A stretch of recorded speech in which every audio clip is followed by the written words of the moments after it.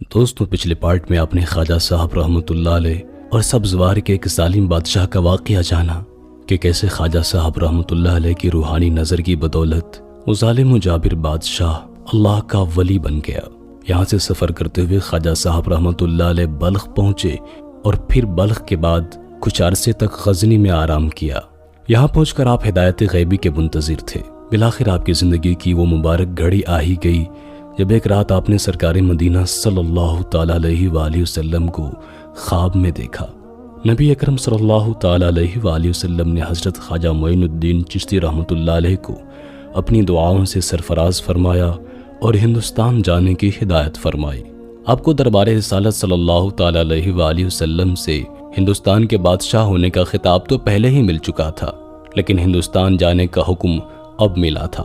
بارگاہ رسالت سے اجازت ملتے ہی 586 ہجری میں آپ رحمۃ اللہ علیہ لاہور تشریف لائے۔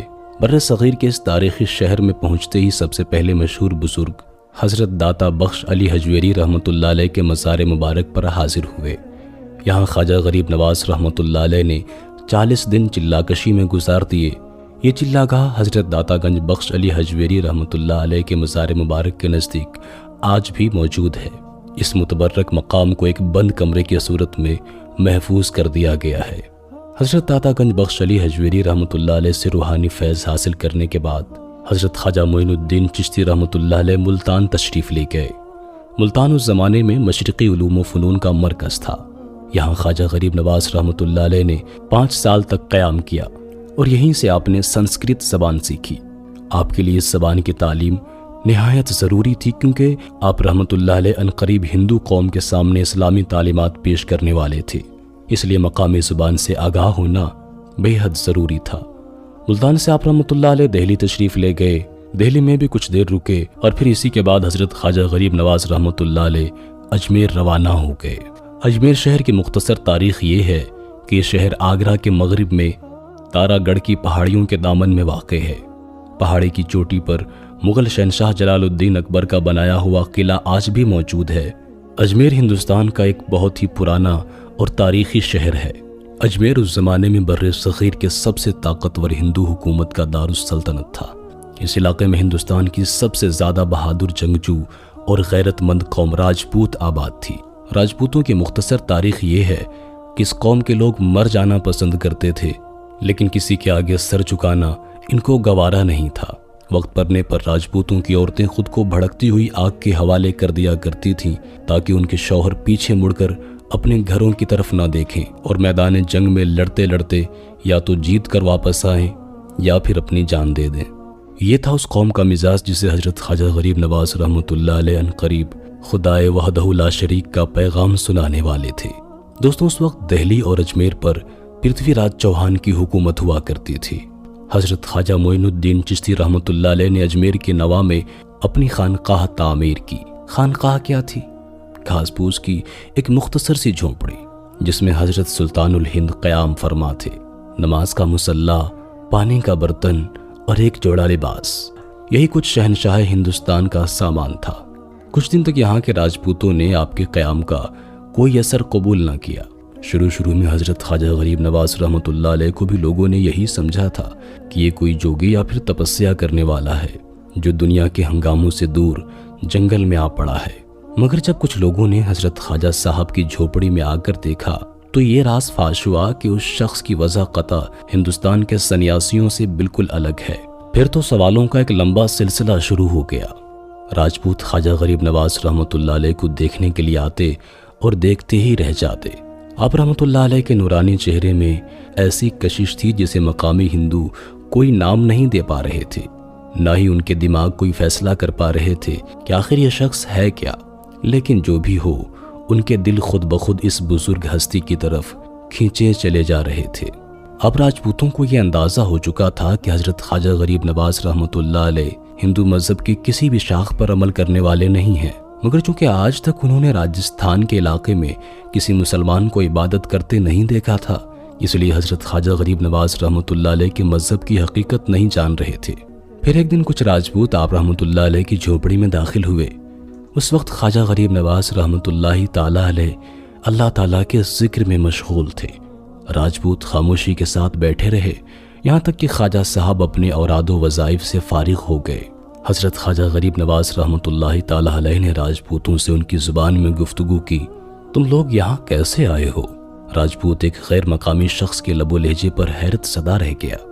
ایک راجپوت نے تیز لہجے میں جواب دیا، ہم کچھ دنوں سے یہاں جنگل میں تمہیں تنہا دیکھ رہے ہیں، آج سوچا کہ تمہارے آنے کی وجہ پوچھیں، آخر تم کون ہو اور یہاں کس لیے آئے ہو؟ خواجہ غریب نواز رحمۃ اللہ علیہ نے نرم اور میٹھے لہجے میں فرمایا، کیا میری وجہ سے تمہیں کوئی تکلیف پہنچی ہے؟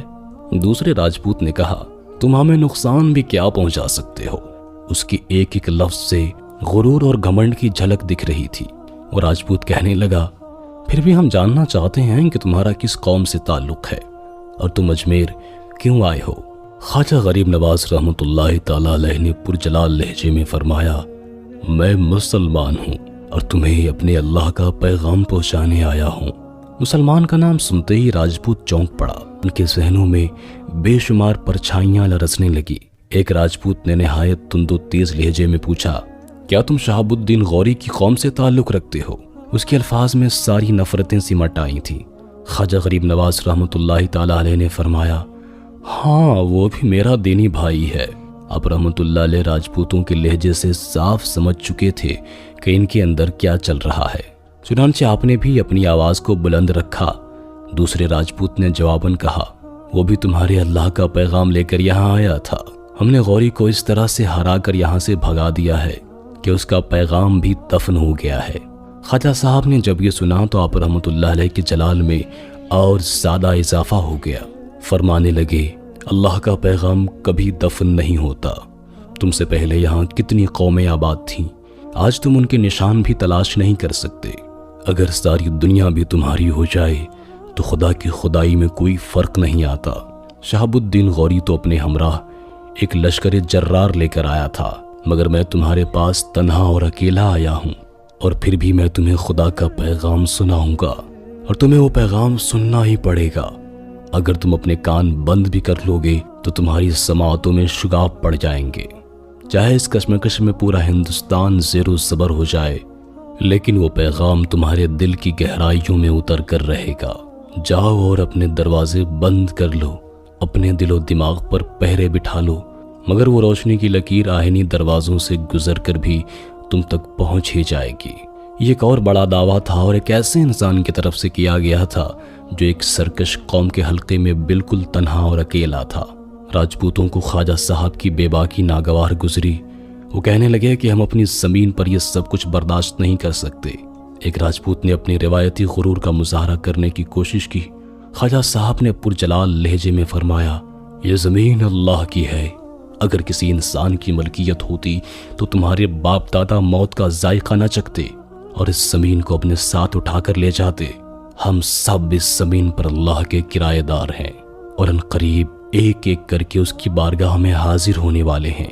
دوسرے راجپوت نے بگڑ کر کہا، ہم کسی اللہ کو نہیں مانتے، زمین و آسمان پر ہمارے دیوتاؤں کی حکومت ہے۔ اگر تم یہاں مزید رہنا چاہتے ہو تو تمہارے قیام کی ایک ہی صورت ہوگی کہ تم آئندہ اپنی زبان پر اللہ کا نام نہیں لاؤ گے۔ اسلام کے ظاہر کرنے پر یہ پہلے پابندی لگائی گئی تھی۔ خواجہ صاحب فرمانے لگے، میرے لیے تو اللہ ہی سب کچھ ہے۔ خواجہ صاحب رحمۃ اللہ علیہ کے چہرے مبارک پر ایک عجیب رنگ ابھر آیا۔ خواجہ غریب نواز رحمۃ اللہ علیہ کی آواز دوبارہ گونجی، میں اللہ رب العزت کے نام سے زندہ ہوں اور تمہیں بھی اس کے نام کی برکت سے زندہ کرنے آیا ہوں۔ خواجہ صاحب کے اس جواب پر راجپوت خفا ہونے کی بجائے ہنس پڑے اور کہنے لگے، تمہیں اپنی زندگی کے لیے نہ اچھی غذا میسر ہے، نہ لباس اور نہ ہی رہنے کے لیے مکان۔ پہلے اپنے آپ کو تو زندہ رکھ کے دکھا دو، اس کے بعد ہمیں زندہ کرنے کی بات کرنا۔ خواجہ صاحب فرمانے لگے، میری زندگی کے لیے ایک جوڑا لباس، 4 گز زمین اور جنگلی پھل ہی کافی ہیں۔ تم اپنی فکر کرو، اتنی شان و شوکت کے باوجود بھی آنے والا وقت تمہاری سانسیں چھین لے گا، پھر تم اس دنیا میں داخل ہو جاؤ گے جہاں آگ کے سوا کچھ بھی نہیں ہوگا۔ ایک راجپوت کہنے لگا، ارے آخر تم کس اللہ کی بات کرتے ہو؟ تمہارے اللہ کا وہ کون سا پیغام ہے جو تم ہمیں سنانا چاہتے ہو؟ حضرت خواجہ غریب نواز رحمۃ اللہ علیہ کے ہونٹوں پر ایک دل نواز مسکراہٹ آئی اور خواجہ صاحب نے سنسکرت زبان میں سورہ اخلاص یعنی قل هو اللہ احد کا ترجمہ کرتے ہوئے فرمایا، اللہ ایک ہے، اس کا کوئی شریک نہیں، وہ ہر چیز سے بے نیاز ہے، نہ اس کی کوئی اولاد ہے اور نہ ہی کوئی اس کا باپ۔ پھر خواجہ صاحب فرمانے لگے، اللہ کو سب سے زیادہ یہ بات ناپسند ہے کہ انسان اسے چھوڑ کر کسی دوسرے کی پوجا کرنے لگے۔ آخر وہ تمہارے خدا کیسے ہو سکتے ہیں جن مورتیوں کو تم نے اپنے ہاتھوں سے بنایا ہے؟ یہ پتھر کی مورتیاں جو اپنی جگہ سے ہل بھی نہیں سکتی، تم کس امید پر ان کے آگے اپنا دامن پھیلاتے ہو؟ یہ تو خود تمہاری محتاج ہیں کہ تم انہیں ایک مقام سے اٹھا کر دوسری جگہ پر رکھتے ہو۔ راجپوت غصے میں لال ہو گئے اور ان کی تلواریں بے نیام ہو گئیں۔ وہ اس مسلمان فقیر کا کام تمام کرنا چاہتے تھے جو ان کے سامنے ان کے دیوتاؤں کی بے عزتی کر رہا تھا، لیکن اس کے باوجود بھی خواجہ صاحب رحمۃ اللہ علیہ نے ان کو کرم کی نگاہ سے دیکھا۔ اچانک ایک بجلی کی لہر آئی۔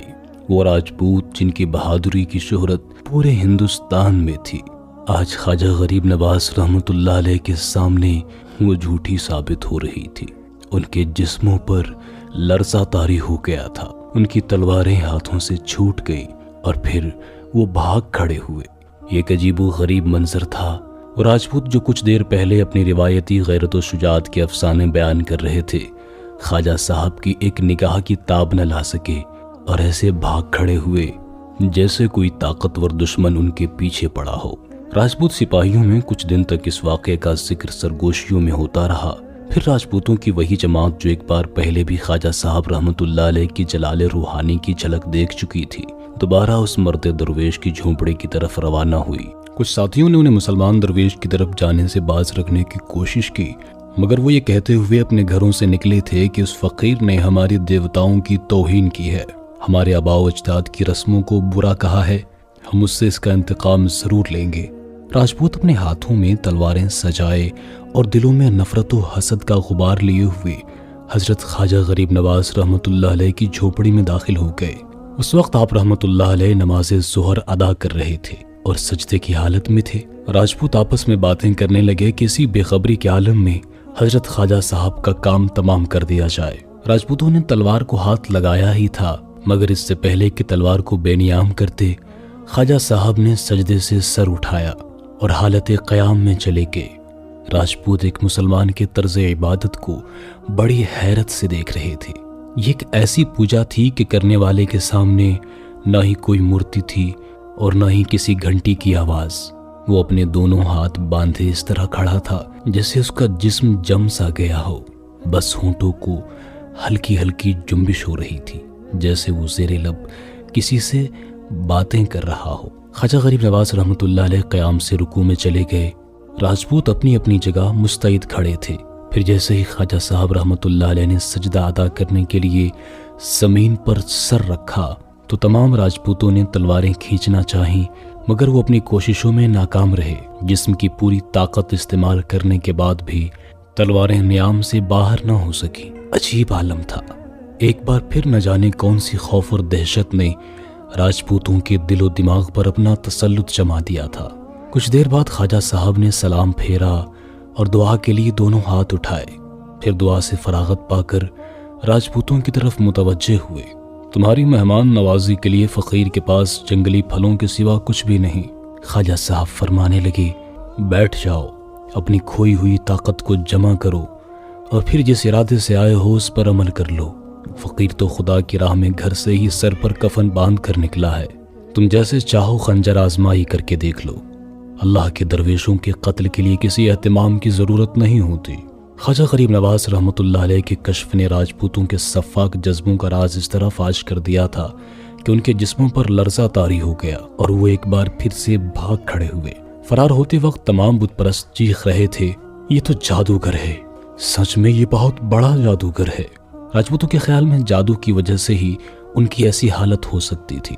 اس کے بعد راجپوتوں کی وہی جماعت خواجہ معین الدین چشتی رحمۃ اللہ علیہ کی خدمت میں تیسری مرتبہ بھی حاضر ہوئی۔ محسوس ہوتا تھا جیسے بت پرستوں کے پیروں میں ایک زنجیر ہے اور وہ دور تک بھاگنے کے باوجود بھی ایک فقیر کے پاس واپس آنے کے لیے مجبور ہیں۔ بالآخر سالوں سے بت کی پوجا کرنے والے راجپوت خواجہ صاحب کے دست حق پرست پر مسلمان ہو گئے اور ایک ایسے مذہب میں داخل ہو گئے جہاں نہ کوئی بندہ تھا اور نہ ہی کوئی بادشاہ، جس مذہب میں چھوت اچھوت دونوں برابر تھے۔ کالا گورا امیر غریب ہر شخص برابر تھا۔ دوستوں آج کی ویڈیو میں اتنا ہی، اگلا پارٹ انشاءاللہ کل اپلوڈ ہوگا۔ اس ویڈیو کو لائک کرتے ہوئے دوستوں کے ساتھ شیئر ضرور کر دیجیے گا۔ اپنا اور اپنے پیاروں کا بہت سا خیال رکھیے گا۔ اللہ حافظ۔